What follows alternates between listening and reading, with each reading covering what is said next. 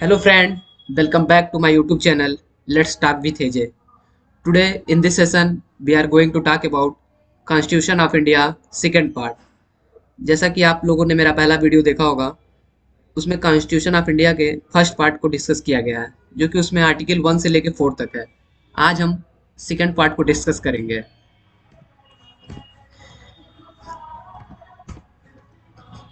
तो थोड़ा सा इंट्रोडक्शन लेते हैं। जैसे 1949 में हमारा कॉन्स्टिट्यूशन बनके तैयार हो गया था। इसमें उस वक्त 395 आर्टिकल, ये 22 पार्ट्स में डिवाइड था और 8 शेड्यूल थे।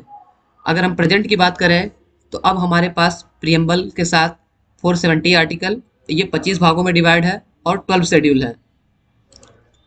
ये हमारा प्रियम्बल है, आप इसको देख सकते हैं।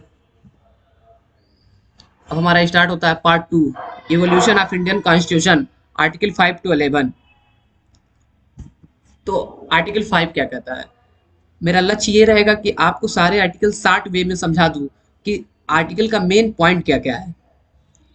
तो आर्टिकल 5 कहता है citizenship at the commencement of the constitution, मतलब संविधान के प्रारंभ में ही नागरिकता दिया हुआ है।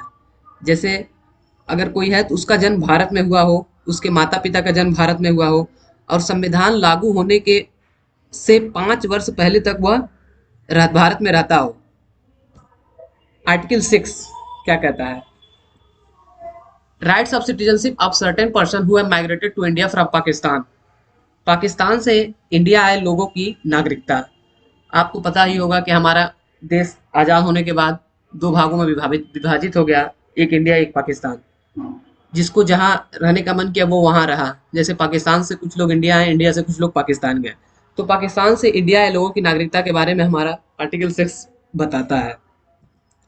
Article 7, rights of certain migrants to Pakistan, Bharat से पाकिस्तान गए लोगों की नागरिकता के बारे में हमारा आर्टिकल 7 बताता है।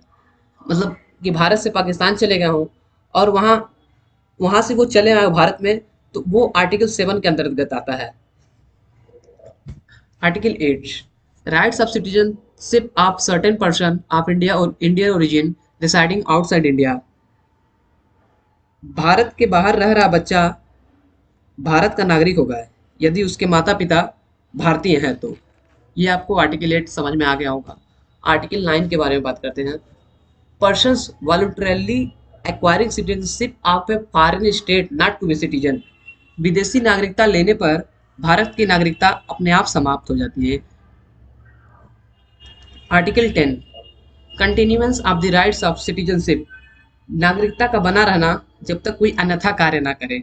अगर जैसे आप कोई देश विरोधी काम नहीं कर रहे हैं, आप सही ढंग से कर चल रहे हैं, जो भी सिस्टम बना हुआ उसी रूप से चल रहा है, तो आपका नागरिकता बना रहेगा, कोई आपसे नागरिकता आपकी छीन नहीं सकता। Article 11, parliament to regulate the law of citizenship by law, नागरिकता का कानून संसद बनाएगी।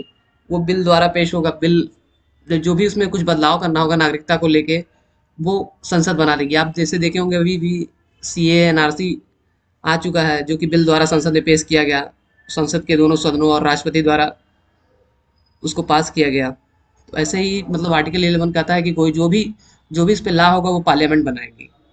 So finally this video is over and do not forget to subscribe my channel and press the bell icon for the latest video update.